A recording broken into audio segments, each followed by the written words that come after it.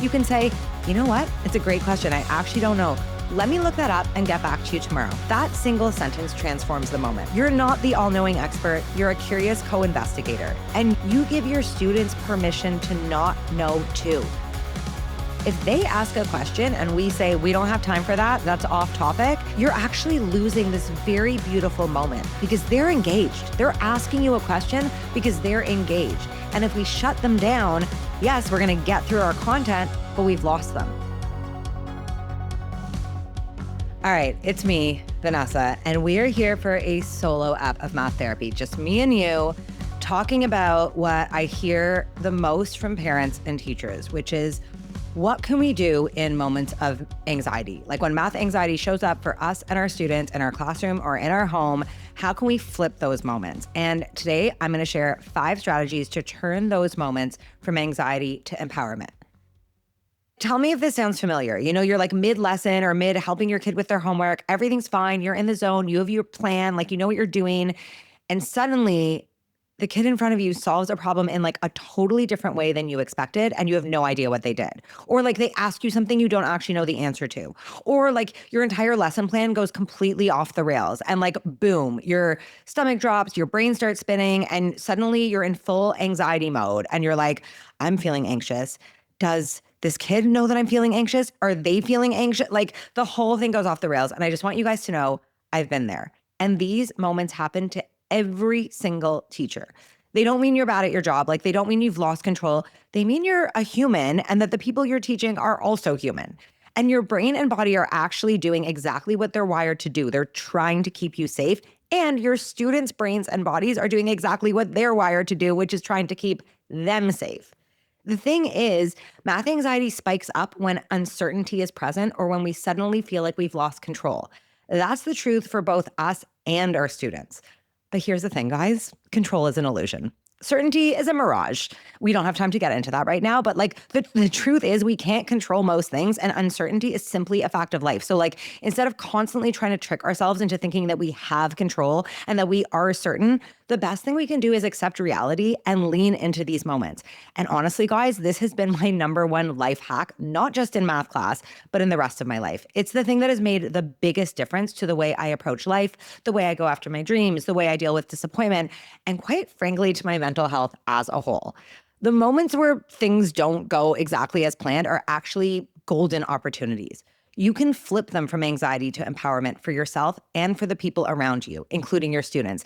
And once you understand what's actually happening inside you in those moments, you get to choose a different response.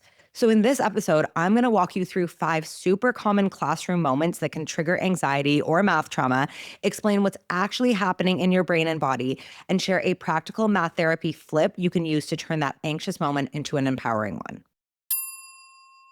Okay, so let's start with moment number 1, when a student solves a problem differently than you expected. Here's what's happening in your body that's really interesting. Your amygdala, like your brain's little alarm system, is basically like, uh-oh, unexpected thing, possible threat, like ding, ding, ding, ding, ding, ding, ding.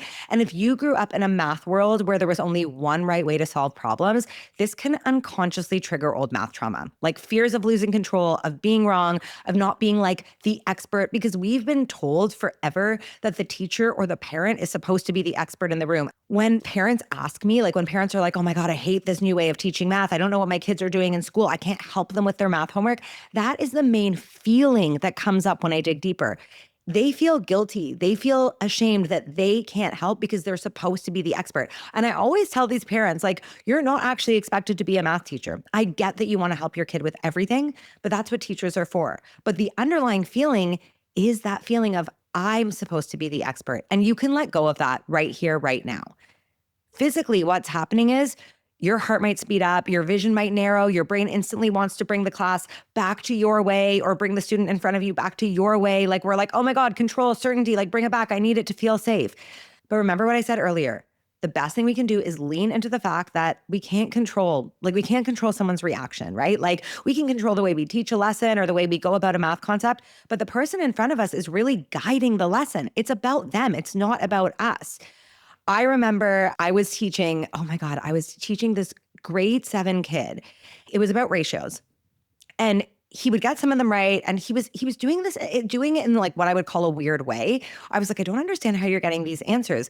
And I started understanding, like, instead of being like, no, just do it my way, follow this formula. I asked him, I was like, what? Can you just explain to me your thinking here? Like, what are you doing? Like, what exactly is happening? And as he started explaining it to me, I realized what was going on. He had developed this like way to create ratios, to equate them, to like work with them, but he had no understanding, zero understanding of what division was. None. And in that conversation, it was like the juiciest moment because I was like, oh my God, you're solving them in this way. And sometimes you're getting the right answer and sometimes you're not. But it's because you don't understand this underlying concept of division. And it completely changed everything. So instead of me just be like, I wanted to be like, look, I can just show you how to, work with ratios. Like, I can show you this formula, I can show you this trick, whatever. But I was like, you know what?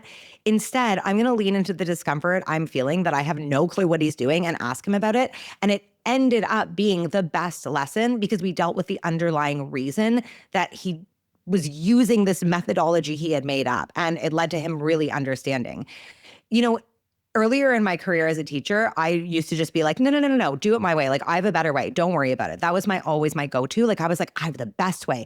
But when I think about it, what I was actually saying was, do it my way because this is the way I understand. I was like centering myself as the main character instead of my student. Our students are the main characters. We're there to teach them, right? We're there to help them learn. So all that to say, here's what you do. How do you flip that moment from anxiety because you're feeling it into empowerment? I want you to just literally pause, take a breath. I know that's the most annoying thing people say, but really breathing helps. It puts us into a parasympathetic state. It literally does lower our heart rate. And here's the key. I want you to get curious instead of controlling. You're going to go fully into curiosity. Here's the thing that happens. Curiosity actually interrupts the threat response. It takes us out of that fight or flight and gives us something else to focus on. You're teaching your brain, unexpected doesn't mean unsafe. I can just get curious about this. So try something like, you can say something like, whoa, that's really interesting. Can you just walk me through your thinking? Remember, you're sitting there being like, I have no fucking clue what this kid is thinking right now. So just ask. It's actually huge. Now you're curious. Now you're wondering. You're not thinking, I need to control this. You shift from being the gatekeeper to being a co-learner. You validate that student's thinking publicly, especially if this happens in front of a class. And suddenly you've modeled intellectual curiosity for the entire class. Remember, you're co-creating your lesson with your students. You might not want that to be the case, but it is. They're not just pressing play on like some YouTube video. You're a real person in front of them and they're real people in front of you. And that's actually what leads to meaningful learning. That's why face-to-face teaching is so much more effective than just pressing play on a video and like sitting at your desk while students watch it.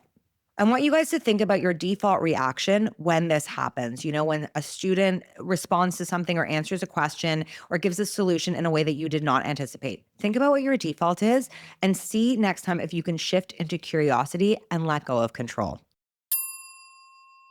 Okay, let's move on to the second moment that often causes anxiety to spike in either us or our students. This one's like a spicy one. You're teaching and suddenly a student asks you a question and you don't fucking know. You have no idea. Cue panic. Your brain perceives this as what we call social evaluative threat. It's like your status is on the line, right? Your inner critic lights up. You should know this. You're the teacher. You're the parent. Again, that anxiety response kicks in. Your breath gets shallow. Your chest tightens. Maybe you try to cover it up or like avoid the question. This often goes way back to our own math trauma, by the way, when not knowing meant you were a failure. Again, I want you to remember that is an old way of thinking. That is an old story. Not knowing and admitting you don't know is actually a sign of intelligence. I talked about this with Mike Flynn on our interview a couple weeks ago about how when we don't know something, it is this incredible opportunity for us. He was saying he's been teaching for like well over 30 years, and he still has not come across a situation in which he has anticipated every single question or every single way a kid is going to solve a problem. He says in every lesson he teaches in every classroom, he always learns something new. And this kind of goes back to my previous point that I was talking about. Channel that curiosity, right? When you don't know something, instead of being like, oh my God, I'm a failure, I'm not the expert, this is a great moment to be like, I don't know, I'm curious, let's figure it out together. So here's how you can flip this anxious moment into empowerment. Name it calmly, clearly, literally say to the student in front of you, great question. I actually don't know. Let's figure it out together. Or if like you don't have time to figure it out together, or your anxiety response is spiking and you're like, I can't even think, because that happens. Honestly, when our nervous systems are dysregulated, when we are in fight or flight, it's hard to learn anything. We know that for our students, and the same is true for ourselves. You can say, you know what? It's a great question. I actually don't know. Let me look that up and get back to you tomorrow. That single sentence transforms the moment. You're not the all-knowing expert. You're a curious co-investigator. And this is the most beautiful thing about that. You give your students permission to not know too, which is such a gift, because so much math trauma and math anxiety is rooted in the fact that at one point in your life and in your students' lives, they didn't know and they got in trouble for it. They got punished, they got made fun of, they got bullied, they got told they were less than, they were made to feel like they weren't a quote unquote math person. And we're here to change that story. You can flip the script right now by being like, I don't know either, and I'm a math teacher. Isn't that awesome? Because knowing math and being good at math and doing math isn't about knowing everything. It's about being curious and asking questions and seeking answers. I also remember I read this book on leadership a very long time ago. It's one you've definitely heard of that I can't remember right now. And it was talking about how vulnerability is the number one superpower for any leader. When you ask staff, when they would go to big corporations and ask their staff what made their leader a great leader, and the top response was always vulnerability. When a leader is able to model that they don't know, that they have their own, perceived weaknesses, that they don't feel perfect, it softens the entire room. It allows staff, just like it allows your students, to see you as relatable, to see you as less intimidating, to feel safer talking to you about their concerns. And you are a leader. You're at the front of the room, or you're a parent leading a child. Like, you really are a leader. And vulnerability is your superpower. It's not something to shy away from. And I think you'll be really surprised if this isn't something you do already. When you express that vulnerability to students, they soften. Literally, they feel that, because every student feels vulnerable. Every student feels like they don't know, like they feel like they're not the expert. They're intimidated. All of a sudden, they change. They're gentle, they're kind, and they're there to hold your hand just as much as you're there to hold theirs.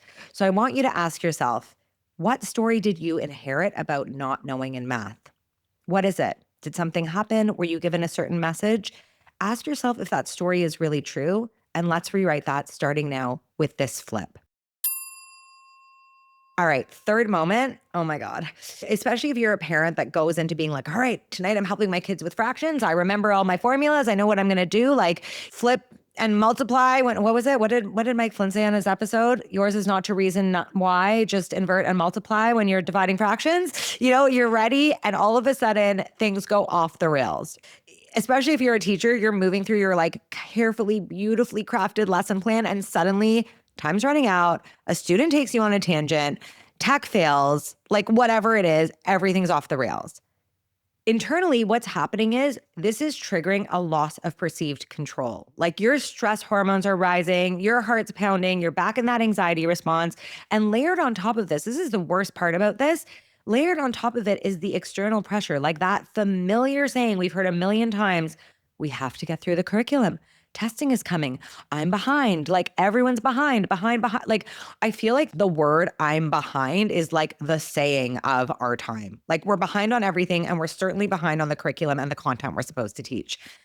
Here's the empowerment flip. I need you to zoom out and to recenter. I know you hate me, but take a slow breath. I actually hate myself for saying it, but I have to remind you how important it is, for real. It physiologically makes a difference, and we can't think when we're dysregulated. Take that breath and remind yourself what actually matters in this lesson. That's the thing. What matters in this lesson? Is what matters just zooming through so you're not behind? Or is what matters giving these students a positive math experience that they're going to carry with them for the rest of their lives? After you do that, I want you to name the pivot for students out loud. Okay, team, we're going a little off-road here, and that's okay. Here's what matters most right now. So let them take you on that tangent. This makes me think of my interview with Eugenia Cheng, because she talked about this, about how often we feel like, and I know this isn't many of us, but I know I grew up in this landscape, and I know so many of my students express that their teachers say this to them now. They'll ask a question and it'll be like, we don't have time for this. That's not important right now. Eugenia Cheng says that the most important and relevant thing in your lesson is what is important and relevant right now to the student. If they ask a question and we say, we don't have time for that, that's off topic, you're actually losing this very beautiful moment because they're engaged. They're asking you a question because they're engaged. And if we shut them down, yes, we're going to get through our content, but we've lost them. So saying something like, all right, guys, we're going a little off road. It's okay. Here's what matters most right now, allows you to answer their questions, to let them take you a bit off road, and to see where that goes. And you know what else? I feel like those moments can actually end up in like the most beautiful learning moments. Often a student asks a question that might seem like it's kind of off track, or like someone doesn't understand something, so you now have to re-explain something. And then it turns out half the class didn't understand that thing anyways. And you've actually saved yourself time by reteaching whatever that concept was to the entire class. It actually saves you time because now they can really engage with the content you're trying to teach when you teach it for real tomorrow because they've understood the prerequisite content. So I want you guys to ask yourselves, what if these off track moments are actually the most powerful? You know, next time this happens to you and you're in a lesson, I know it is completely anxiety inducing to feel all that pressure and to feel, again, it's that loss of control and certainty. You don't even know where this conversation is going now, but lean into it and see what comes out of it. You might be surprised. So we're going to talk about anxiety inducing moment number 4. And this is a big one. This is one that's so dear to my heart because this is what all my work is based on. When a student expresses frustration or shuts down, when a student expresses in one way or another, maybe not with words, but with actions and body language, that they are experiencing anxiety around math. This can hit you like in the gut, you know, like a student is frustrated, they're maybe even shutting down. And what happens is your body actually reacts. And that happens because of co-regulation. Polyvagal theory tells us that humans literally pick up each other's nervous system states. So their frustration can trigger yours or mirror your own past struggles. If their chest is tightening, if they're in fight or flight, you want to fix it right now, but your energy starts getting dysregulated. You might like, I'm actually curious next time you're in a moment like this, I want you to really pay attention to what your body is doing when the student in front of you is expressing anxiety. Here's how you flip that moment before it really derails both of you. Co-regulate before you educate. I want you to remember that phrase. Honestly, co-regulate before you educate. There is this myth that like if a student is anxious, all you've got to do is really make them understand the math concept you're trying to teach and like they'll feel better. I promise it will not work. Once a student is in an escalated state, once their nervous system is dysregulated, they cannot learn. Their amygdala is literally hijacked. The brain's resources are being diverted to keeping them safe. You know, you've probably heard the whole thing of like, your brain is reacting like a saber-toothed tiger is chasing you down the street when you're in an anxious state. But like, it actually is. It actually is. Like, I know it's like so cliche. It is because our brains have not evolved that much. So when we get anxious about something, our brain goes into the exact same mode that it would if we were being chased by a saber-toothed tiger. And if you were being chased by a tiger, I promise you, you would not even be able to like answer what 7 times 7 was. It would not enter your mind even if you knew it. So co-regulate before you educate. Drop your voice, crouch down to a student's level. Remember, that's so important. I talked about that in my last solo episode.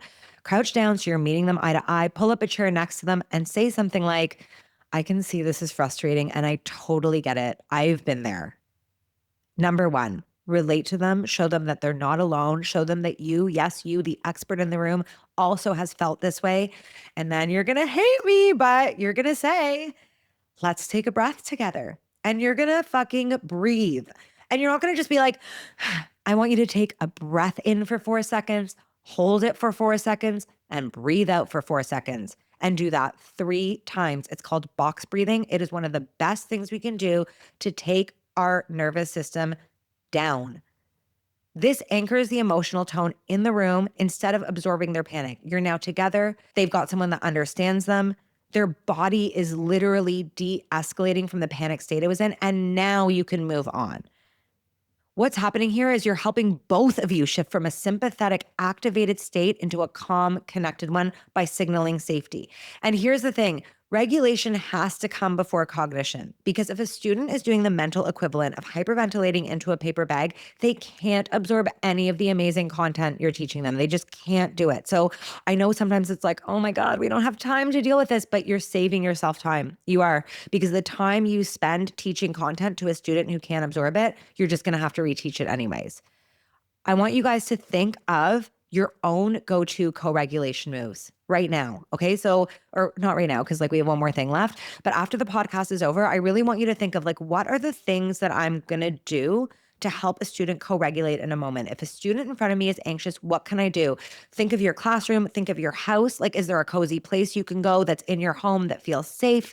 Is there a chair you can pull up in your classroom? Is there a little area at the back of the room where you can sit on the carpet? Like, think of what your go-to move will go to and try it next time a student in front of you is exhibiting signs of math anxiety. And finally, the big one, the one we've all been waiting for without even knowing it. Anxiety-inducing moment number 5, when your own math trauma gets triggered. First of all, you're not alone. I can tell you right now that most teachers I've met, I'm saying most, over 50%, have math trauma. They've had a negative experience with math that has stuck with them, you know? And sometimes something happens in class, like a topic, a student reaction, even just a vibe, and suddenly you're right back in your own math class as a kid, feeling lost or humiliated. And that's because math trauma lives as stored emotional patterns. Like your body reacts like the past is happening now. That's what happens when trauma gets triggered. Like your entire body goes back into the state it was in when the first incident happened. So maybe you go back to that state you were in when you were called on in class and you didn't know the answer and your cheeks got all red and you completely froze and you couldn't figure out the answer and your teacher rolled their eyes and walked away. Like, ugh, like that. Like even just saying that, like I can feel that in my body, you know? It happens to all of us and it's going to happen. Here's how you're going to flip this moment to empowerment. You're going to recognize it and internally name it. Like I want you to say to yourself, I see you. I see what's happening here. This is one of those old math moments making its way into the present. And because remember, your body is acting as though the past is happening right now. It's reacting as though that old traumatic event is happening currently. So your best bet is actually to show your body that it is here now. It is not stuck in the past. Polyvagal theory tells us that the information flow is 20% from mind to body and 80% from body to mind. What that means is our bodies will often go into an anxiety response before we rationally, cognitively even understand why. So if we can de-escalate our bodies, if we can bring our nervous systems down and calm ourselves down, then that information also flows to the brain. The key here is embody. Get into your body before you get into your brain, because once you're already in that response, once that trauma has been triggered, remember, you're in a state of fight or flight. It's really hard when you're in a state of fight or flight to think rationally, to even be like, okay, here's exactly what's happening. I want you to note exactly what's happening, but first you've got to ground your body, right? So here's what you're going to do. Physically ground yourself by doing things like touching the desk, stretching your legs, look around and name 3 physical objects you see in the room. Do a body scan, like literally be like, I can feel my toes, wiggle your toes. I can feel my fingers, wiggle your fingers. Bring yourself back into your present body and remind yourself, I'm an adult now, I'm safe. This little act separates past from present and it gives you a choice about how to respond next. But first, you've got to like really get yourself in the present moment. So I want you to think about your personal trigger topics. You might know them. You might be like, oh my God, it's every single time we do fractions, or it's every time a kid asks me a question I don't know the answer to, or it's every time a student rolls their eyes and says, why are we even learning this? You know, maybe someone says like, you're the teacher, aren't you supposed to know the answers? Like, oh my God, that would stress me out. Like, think of what those trigger topics are in math class or when you're helping your kid with your homework and come up with a game plan. Be like, all right, when that happens, here are my grounding tools that I'm going to use. Some of the things we listed before, you can be like, I'm going to, in the moment, make the entire class take 3 deep breaths with me. I'm going to, in that moment, to tell the entire class to name 4 mathematical objects they can see around the room. Like, you can get the class to do it with you. So you're not just like all of a sudden closing your eyes in silence, or you can be like, I'm going to tell everyone I need a minute and I'm going to do a body scan, like whatever. Come up with a game plan now. And next time it happens, you'll be prepared. Okay, so guys, this week I want you to pick just one of these 5 moments and notice what happens in your mind and body the next time it shows up.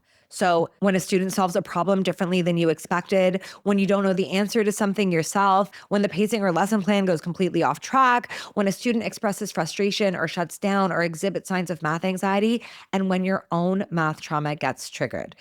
Pick one of those things, try one of these strategies, and see if things shift. Like, you have to remember, the cool thing about all of this is neuroplasticity, right? Like, we are retraining our brains how to respond to these moments. And it's not going to happen overnight. You're still going to be triggered by these things, right? Like, the point is not to never feel anxious again. The point is not to erase math anxiety. The point here is to transform these moments into opportunities for connection, curiosity, and healing for us and for our students. So next time one of these moments shows up, notice what happens in your brain and body. Pause, name it, try the empowerment flip, and then reflect, even just mentally, on what shifted when you responded differently, and celebrate that. You're retraining your neural pathway so the next time that moment pops up, you'll be less anxious. Remember, these moments aren't failures. They happen to all of us. They're invitations for us to rewrite our math stories for ourselves and for our students.